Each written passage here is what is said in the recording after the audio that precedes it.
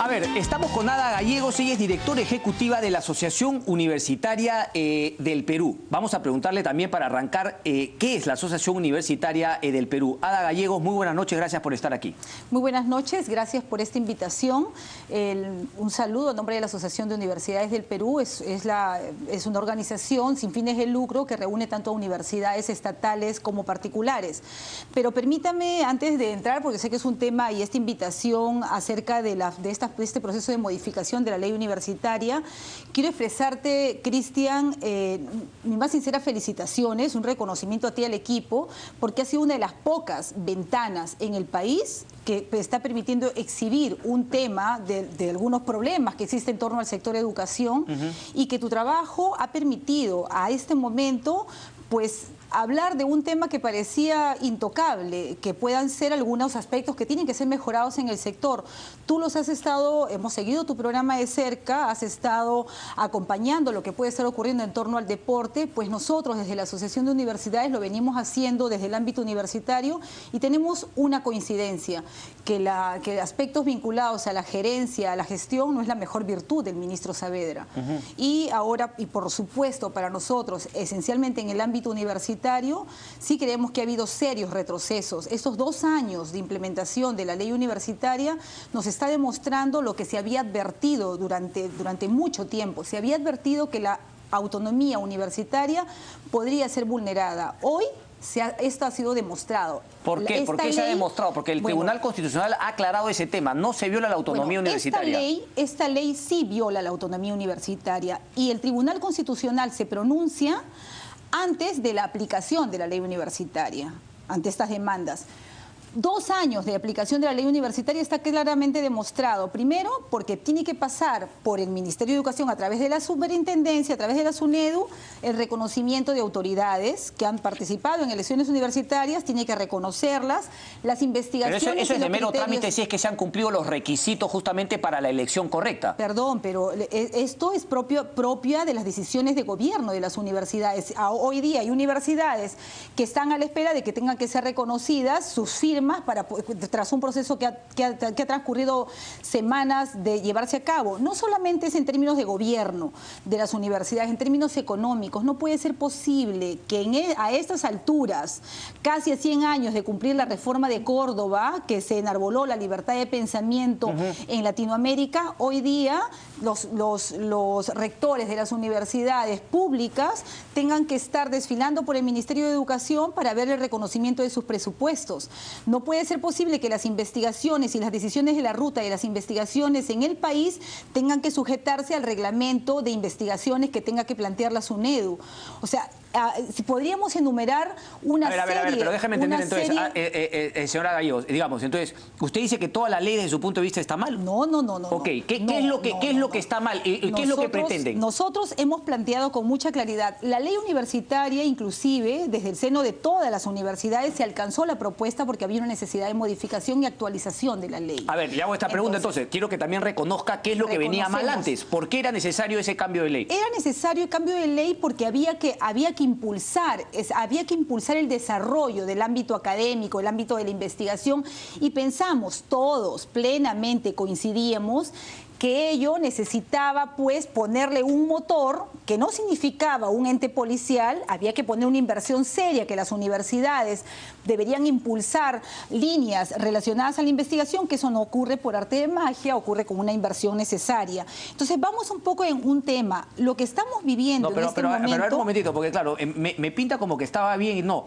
A ver, seamos sinceros, en muchas universidades públicas y privadas también había una gavilla de gente que se había enquistado en el poder y no lo dejaba, y eran un grupo de amigos que se reelegían una y otra vez. Por ejemplo, yo le pregunto, el señor Iván Rodríguez Chávez, rector de la Universidad Ricardo Palma, ¿hace cuántos años es rector?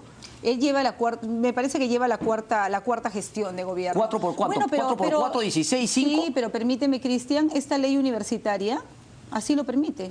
Esta ley universitaria que aparentemente estamos saludando pero lo permite. Pero lo que cambia es que justamente los procesos de elección sean mucho más transparentes. Han venido chicos a reclamar que esas cosas no se dan en la Universidad Ricardo Palma. Hay que escuchar la voz de todos los actores.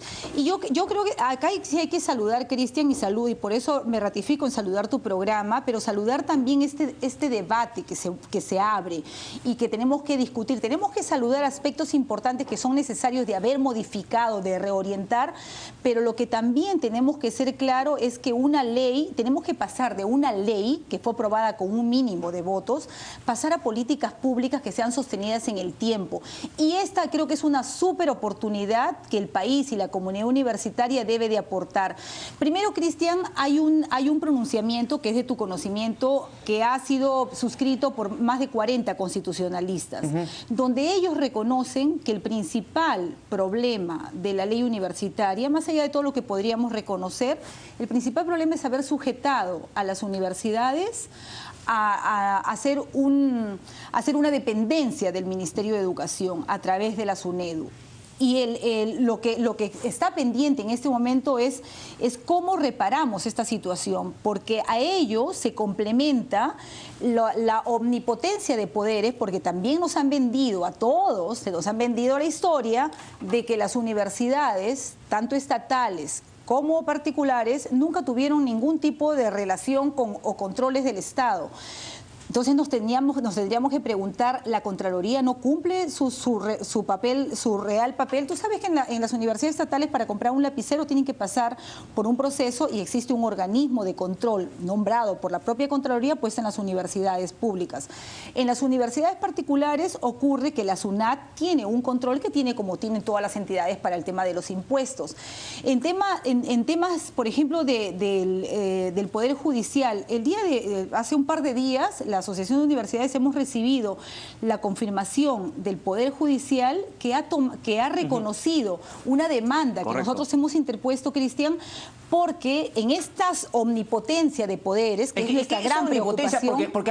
Porque antes el sistema venía mal porque habían rectores y habían gavillas que se habían apropiado de universidades. Ahora ha habido una ley que ustedes dicen, bueno, es omnipotente los poderes que se le han dado a la SUNEDU. Bueno, por lo menos en el caso de la SUNEDU le damos el beneficio de la duda porque tendríamos que ver si es que va a hacer mal uso de lo que usted llama esos poderes omnipotentes. En lo anterior ya nos dimos cuenta que se habían... ¿Cómo me puede explicar el tema por favor del señor Cervantes Liñán? ¿Cómo me explica ese caso particular? Ya, pero pregunto una cosa, la ley universitaria tiene más de 2 años de aplicación. ¿Ha podido cambiar en algo la situación en la universidad o algo que tenga que ver con el señor Cervantes? ¿Ha tenido que hacer algo? El tema, el despropósito aquí han sido las universidades públicas, Cristian.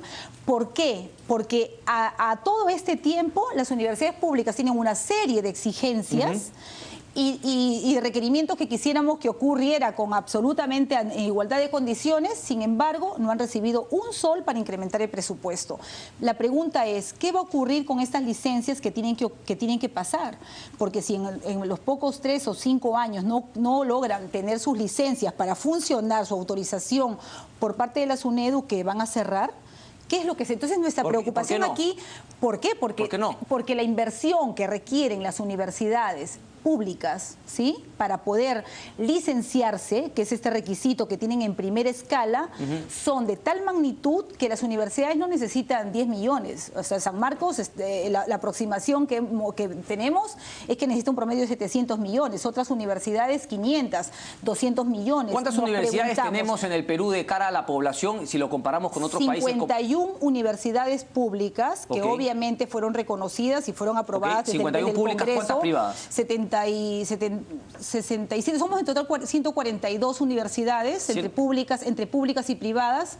Estamos hablando de 71 universidades, 71 universidades. ¿Y en Chile, por ejemplo, cuántas universidades hay? Ahorita no tengo la cifra exacta de Chile, pero miren, en Chile ocurrió un caso... ¿Pero hay muchas universidades o no? Sí, hay universidades, pero ocurre un fenómeno que no quisiéramos llegar a este momento. Pues, Cristian, en Chile están tratando de regresar hoy día 30 años hacia atrás, porque están tratando de recuperar lo que estamos nosotros temiendo que ocurra, que Chile perdió la gratuidad.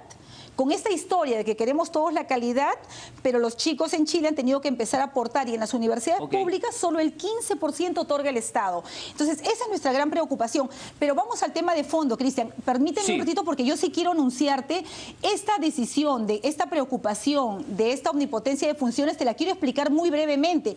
Es que el Poder Judicial tiene funciones que no puede ser reemplazada por la SUNEDU. Y existen, la SUNEDU, un dispositivo llamado medidas preventivas, que actúan como medidas cautelares, en el cual sin ningún tipo de procedimiento, ningún tipo digamos, de advertencia, puede sancionar, puede detener un proceso de admisión. Correcto. Doctora Gallegos, a ver, hemos mostrado un poquito, ¿no?, cuáles son, digamos, las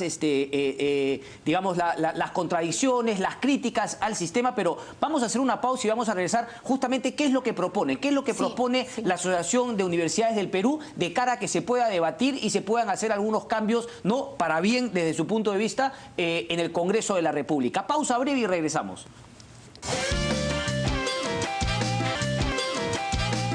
Ok, bien, estamos de vuelta con Ada Gallegos, directora ejecutiva de la Asociación de Universidades del Perú. A ver, nos queda claro entonces que ustedes tienen temor a la omnipotencia de la SUNEDU. ¿Cuáles son los cambios que ustedes les gustaría se debata en el Congreso y eventualmente ser aprobadas? ¿Cuáles serían esos cambios, doctora?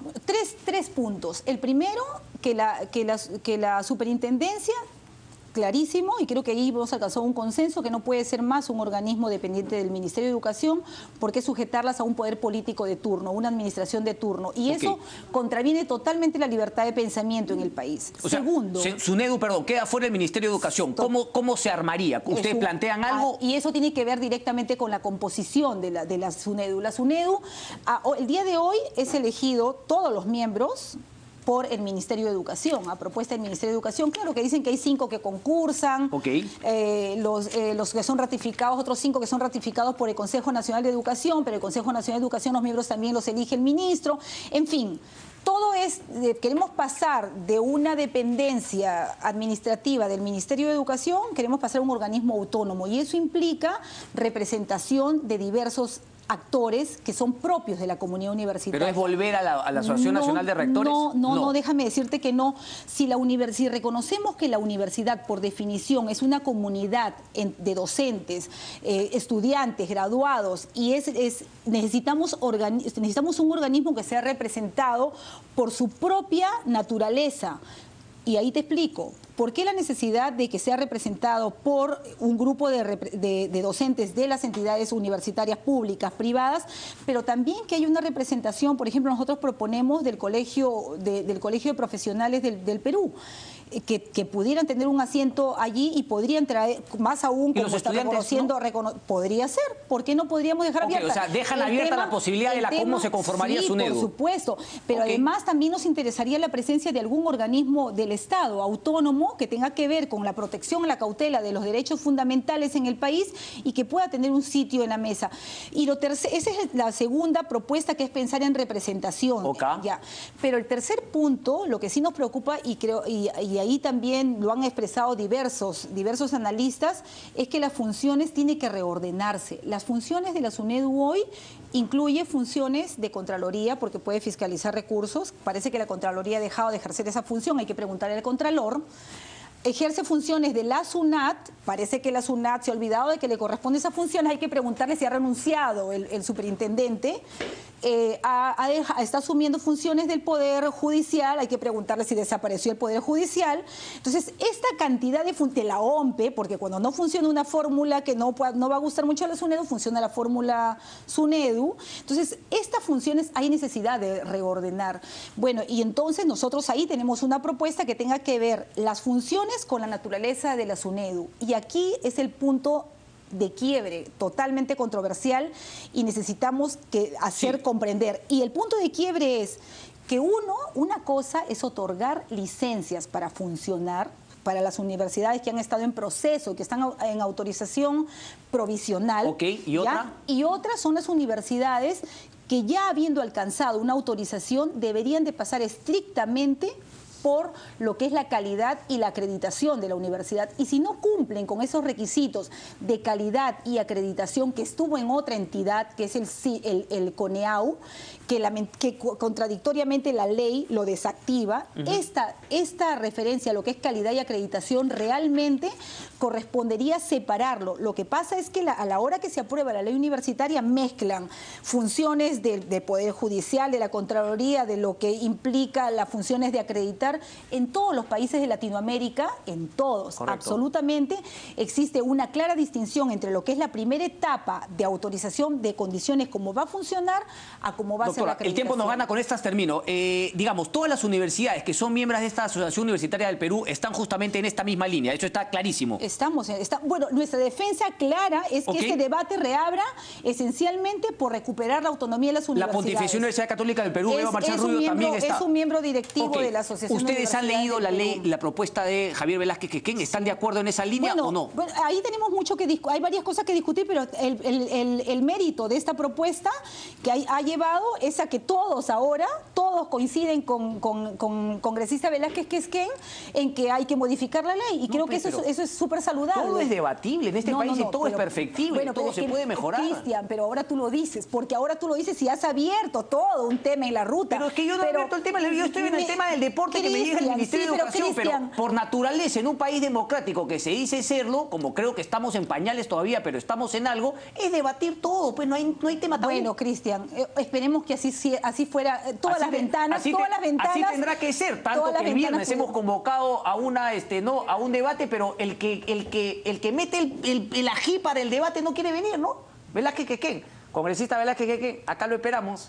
A usted también. Bueno, pero se ha reabierto el debate, así que saludamos y a ti especialmente. Gracias. Muchísimas gracias, doctora. Hacemos una pausa y viene Pedro del Rosario, presidente de la Federación de Karate, justamente a responder lo que comentó ayer nuestro invitado respecto a ciertas irregularidades en el tema de esa federación. Regresamos con eso.